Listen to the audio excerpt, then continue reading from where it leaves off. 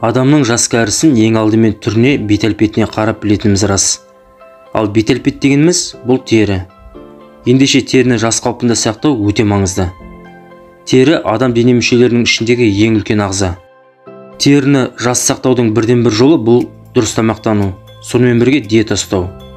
Дұрыс тамақтанбасаңыз, ағзада дәрумен мен антиоксидант азайып, терінің жастық қуатын жоғалтып алуыңыз мүмкін. Ендеше жасаруға қай дәрумен аса қажет, соны қарастырып көрейік. Мамандардың айтуынша ең маңыздысы 4 дәрумен бар. Олар С дәрумені, Д, Е және К дәрумендері. Ендеше достар, видеоны соңына дейін қараңыз. Мүмкін сіз білмейтін тың ақпараттар болып қалар. Біздің жұмысымызды бағалап, каналға тіркеліп, лайк пен қоңыраушаны басуды ұмытпаңыз. Және осы видеоны өзіңізде бар барша әлеуметтік желіге таратып жіберіңізді өтінеміз. Сонымен аталған 4 дәруменге жеке-жеке тоқталып қарайық. Бірінші С дәрумені. С дәрумені терінің ішкі және сыртқы жақтарында көп болады. Бұл витаминнің антиоксиданттық қасиеті бар.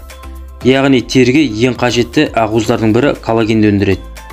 Бұл дәрумен әсіресе тері жараланған кезде аса қажет. Теріні ультракүлгін сәулелерінен қорғайды. Көздің айналасын әжім баспауға көмектеседі. Әжімді терінің қыртысын тартып, тонын жөндеуге әсер етеді.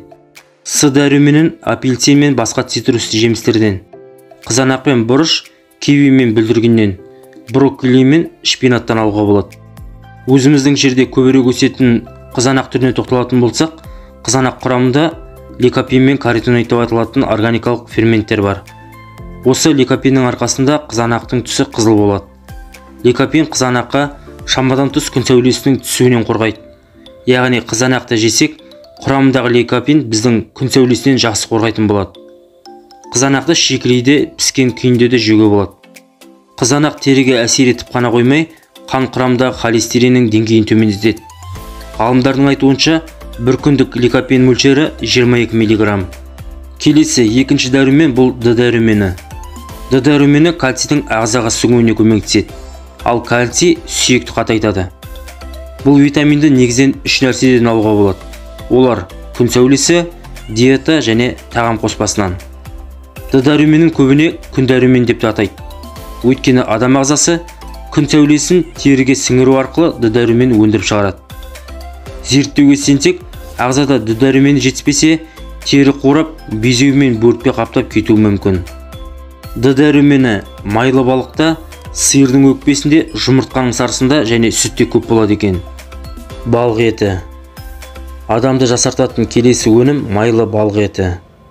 Оған майшабақ, ақсерке, скумбрия түрлері жатады. Бұл балықтардың құрамында омега-3 витамині бар. Бұл омега-3-тің теріге әжім түсірмейтін қасиеті бар екен дәлелденді. Омега-3 адамның терісіне ғана әсер етіп қана қоймай, жүрек қан тамырлар жүйесіне, сонымен бірге тырнағымыз бен шашымыздың қалыпты өсуіне де әсер етеді. Келесі үшінші бұл Е дәрумені. Е дәруменінің құрамында теріні күн сәулесінен қорғайтын майлы қоспалар болады.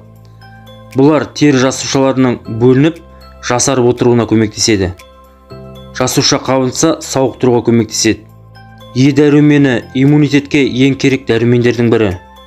Көздің көруін жақсартады. Сонымен бірге көз маңындағы дақ пен әжім қатпарларды жазады.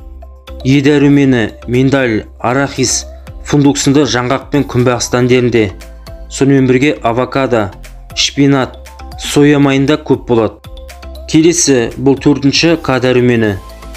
К дәрумені майда еритін қоспалардан тұрады. Қан айналым, сонымен бірге сүйектің қатаңдығына жауап беретін дәрумен. Жүрекке өте пайдалы. Бұл дәрумен теріде пигмент, қара дақ қаптап кетуден, тыртық қалып қоюдан сақтайды. Теріні тартуға, жалпы адамның хал жағдайына жақсы әсер етеді. Теріге жара түссе де осы дәруменнің антиоксиданттық қасиеті іске қосылып инфекция түсірмейді. Бұл К дәрумені орам жапырақта авокадо, шпинат, брокколи, жасыл түйебұршақ, сиыр еті, сонымен бірге жұмыртқаның сарысы мен сүт пен йогуртта өте көп кездеседі. Сонымен достар, қартаюды тежеп, жас қалпыңызды сақтайтын дәрумендер жайында ақпарат бөлістім.